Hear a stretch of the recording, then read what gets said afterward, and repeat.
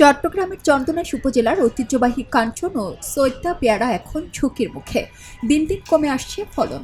একদিকে বাগানে আবাদ কমছে, অন্যদিকে নানান রোগবালাই, জলবায়ুর পরিবর্তন ও কৃষি বিভাগের পর্যাপ্ত সহযোগিতা না পাওয়ায় কৃষকরা আগ্রহ হারাচ্ছেন।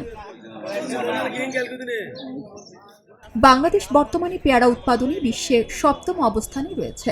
বাংলাদেশ পরিসংখ্যান ব্যুরোর তথ্য মতে দেশের মোট উৎপাদিত পেয়ারার মধ্যে 17% আসে চট্টগ্রাম থেকে।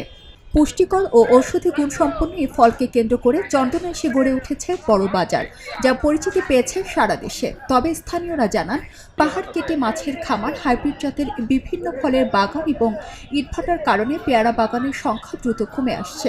চন্দনাইশ উপজেলা কৃষি অফিসের তথ্য অনুযায়ী 2022 সালে উপজেলার প্রায় 750 হেক্টর পাহাড়ি জমিতে পেয়ারা চাষ হয়েছিল।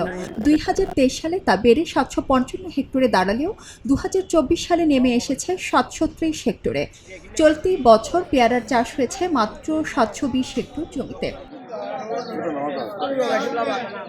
উপজেলার কাঞ্চননগর, হাসিমপুর, দোহাজারি ও থোপাছড়ি এলাকা পেয়ারা গ্রাম হিসেবে পরিচিত।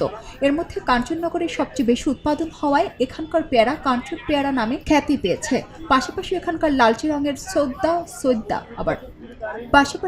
লালচে রঙের সৈয়দা পেয়ারা সুস্বাদু হিসেবে সুনাম কুড়িয়েছে। শুধু কৃষক নয়, পেয়ারা বাগানকে ঘিরে স্থানীয় অর্থনীতিও সচল হয়েছে। হাজার হাজার মানুষ পেয়ারা আবাদ, সংগ্রহ, পরিবহনের সঙ্গে জড়িত। প্রতি বছর জুলাই থেকে অক্টোবর মৌসুমে 100 কোটি টাকার পেয়ারা বিক্রি হয় চন্দনাইশে। প্রতি হেক্টরে গড়ে 15 মেট্রিক টন পেয়ারা উৎপাদন হয়। পাইকারি বাজারে প্রতি ভার দাম 1600 থেকে 2000 টাকা পর্যন্ত।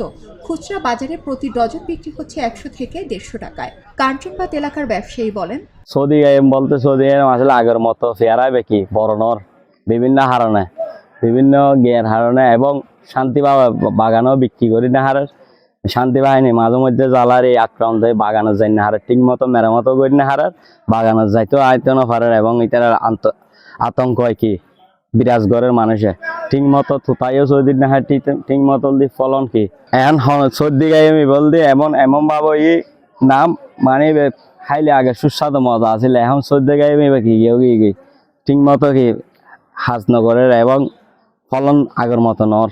চন্দনাইশ উপজেলা উপসহকারী উদ্ভিদ সংরক্ষণ কর্মকর্তা ইশতিয়াক আহমেদ আরিফ বলেন, নতুনভাবে যদি এটা চাষ করা যায়, মানে নতুনভাবে যদি কলম অথবা বীজের মাধ্যমেও যদি বীজের করলে একটু সময় বেশি লাগে, কিন্তু যদি কলমের মাধ্যমে করে আর একটু কম সময়ের মধ্যে আমরা আশা করতেছি যে এটা আবার আগের ফলনে ফিরে আসতে পারবে।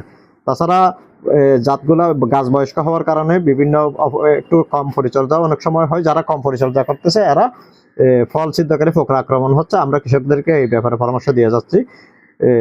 এটার জন্য একটা এক্সপেরিমেন্ট পাওয়া যায়, এই এক্সপেরিমেন্টটা যদি ব্যবহার করা যায় আশা করি যে আমরা এটা আগের ফলনে আগের ভাবে আমরা ফিরে পেতে পারবো। এটা সঠিক পরিচর্যা ও আধুনিক কৃষি প্রযুক্তি ব্যবহার করতে পারলে ফলন বাড়ানো সম্ভব।